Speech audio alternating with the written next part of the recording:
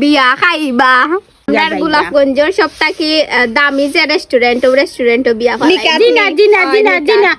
বাড়িত নিকা গোবেন যে সুন্দর নিকাত গিয়ে ছবিও এগু তুললাম না আমরা নিকাত গিয়ে খাইলাম না ছবিও তুললাম না জিনা আমি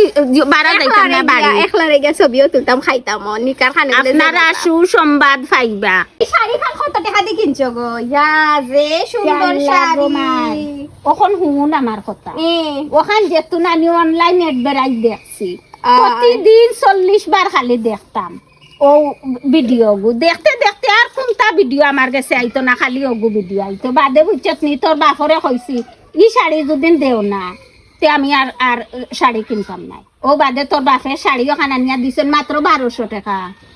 1200 টাকা দিয়াও ব্লাউজ আমি মিলাইছি আলাদা ব্লাউজের পিস আছিল না লগে আমি ব্লাউজ কত টাকা গেছে ব্লাউজ বানাইতে ব্লাউজ বানাইছি আমি 1 গজ কাপড় আনছি আর তো শিলানি দিছি 100 টাকা ব্লাউজ শিলানি 100 টাকা নি গাইস 100 টাকা দিছি আমি আন্দু ও আন্দু আর শাড়ির দাম 1200 তাহলে 1500 টাকা খরচ হইছে একটা 150 টাকা নু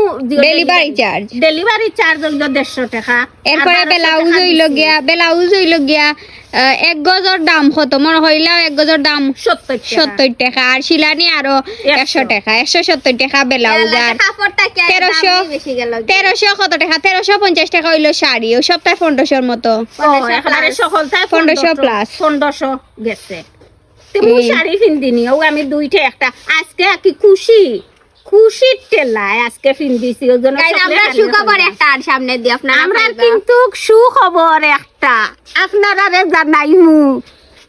আপনারে না জানা ওরা বেটি আমি নাই আপনারা সেলিব্রিটিরে বিয়া দিলাই আর সুসংবাদ আছে আপনারা দাওয়াত দিমু